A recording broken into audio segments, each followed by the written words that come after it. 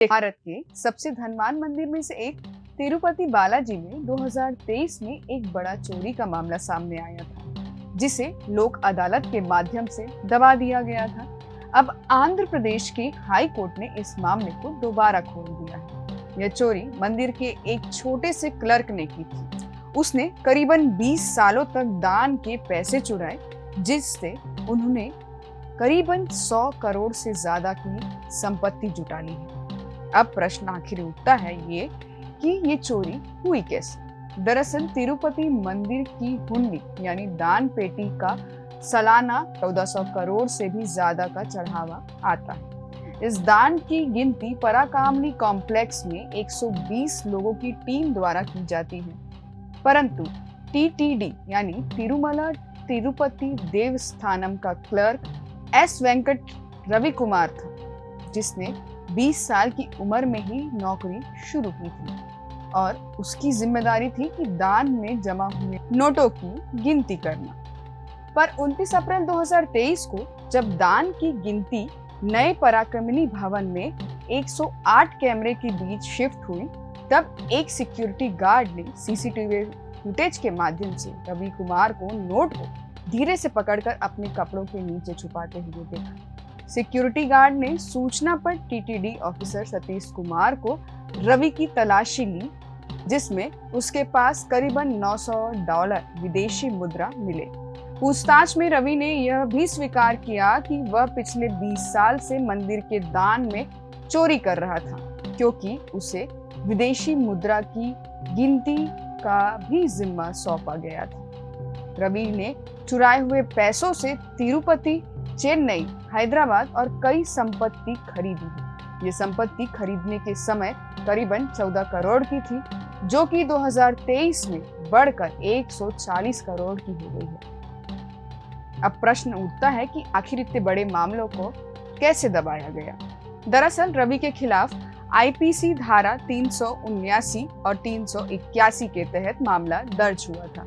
19 मई 2023 को रवि कुमार को उनकी पत्नी और अपनी 7 संपत्ति टीटीडी को दान कर दी, जिसे उन्हें पश्चाताप का प्रतीक बताया गया। तत्कालीन चेयरमैन वाई.वी. सुबे रेड्डी ने इस दान को स्वीकार कर लिया। फिर 9 सितंबर 2023 को रवि और सतीश कुमार ने लोक अदालत में ही समझौता कर लिया, जिसके चलते यह मामला बंद हो गया और रवि को बिना एक रात जेल में गुजारे बरी कर दिया गया था। जब ये मामला पूरा दब गया था, तो आखिर ये वापस कैसे खुला। दरअसल 2024 में जब चंद्रबाबू नायडू के तेलुगु देशम पार्टी ने आंध्र प्रदेश की सत्ता संभाली, तो मंदिर से जुड़े कई मामले पर सवाल उठाए गए। इसी कड़ी में रवि कुमार का मामला भी सामने आया। पत्रकार एम श्रीनिवासन राव ने लोक अदालत के फैसले को चुनौती देते हुए आंध्र प्रदेश हाईकोर्ट में एक याचिका दायर की। 19 सितंबर 2025 को हाईकोर्ट ने लोक अदालत के फैसले को रद्द कर दिया और सीआईडी को मामले के सभी रिकॉर्ड जब्त करने का भी आदेश दिया। मामले की अगली सुनवाई अब 13 अक्टूबर को होनी है। पर ये सारे घटनाक्रम में राजनीतिक आरोप और प्रत्यारोप होना स्वाभाविक है। तेलुगु देशम पार्टी यानी टीडीपी के आईटी मंत्री नारा लोकेश ने पूर्व वाईएसआरसीपी सरकार पर आरोप लगाया कि उनके नेताओं ने भगवान वेंकटेश्वर के खजाने तक को नहीं छोड़ा। उन्होंने तत्कालीन चेयरमैन को चोरों को पराक्रमणी भवन में पहुंचने के लिए मदद करने और करोड़ों की चोरी को दबाने का आरोप भी लगाया। वर्तमान टीटीडी चेयरमैन बी.आर. नायडू उन्होंने लोक अदालत के फैसले की कड़ी आलोचना की और सवाल उठाया कि इतने बड़े घोटाले की गहराई से जांच क्यों नहीं हुई। उन्होंने बताया कि रवि कुमार के पास आज भी 7 और संपत्तियां हैं। एक मर्सिडीज बेंज, वॉल्वो जैसी लग्जरी गाड़ियां भी हैं। उन्होंने विजयनगर साम्राज्य के समय मंदिर से चोरी करने वालों को दिए जाने वाले मृत्यु दंड का हवाला भी दिया।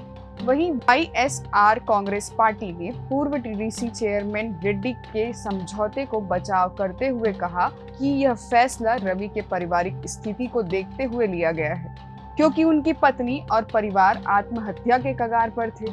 उन्होंने करीबन 40 करोड़ की संपत्ति दान करने को सही ठहराया। बीजेपी पार्टी ने भावना कुमार रेड्डी को परागामनी घोटाले का मास्टरमाइंड बताते हुए कहा कि वे पुराने बोर्ड के फैसले की जांच की मांग करता है। वहीं वाईएसआरसीपी सांसद मंडिला गुरुमूर्ति ने सभी आरोपों को खारिज करते हुए केंद्र सरकार से सीबीआई की जांच की मांग की है ताकि भक्तों का विश्वास बहाल हो सके।